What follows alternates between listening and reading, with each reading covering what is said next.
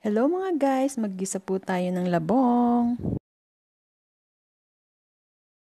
Hello mga guys, ito po aking mga ingredients. So sa mainit na kawali, maglagay po tayo ng mantika. Isunod natin ang ating sibuyas. Ayan, marami akong maglagay ng sibuyas guys kasi mura lang ang sibuyas ngayon. Ayan, sana all. So ngayon naman isunod po natin ang ating bawang o yung ating garlic. Ayan, tabangin natin siya hanggang maging golden brown. Konting-konti lang kasi wag masyadong golden brown. So, ayan naman po ang ating dried shrimp. So, wala akong isda, kaya ito ang aking alternative na ginagamit. So, mix, mix, mix. Ayan, bango. Ilagay na po natin yung ating nilagang labong o yung ating bamboo shoot. Imikos-mikos din natin siya, guys. Paghalin natin para mas luminamnam. So, ayan yan, guys. Isunod naman natin yung ating mahiwagang sitaw para kasabay na po siyang lumambot pag nilagyan natin ng tubig. So, yan. Konti lang siya and then lalagyan po natin siya ng okra.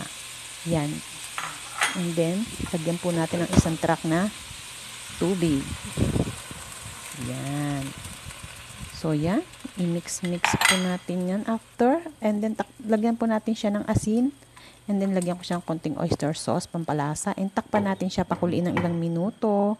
Yan. Pagkatapos kumulo ng ilang minuto, guys, halu-haluin natin siya.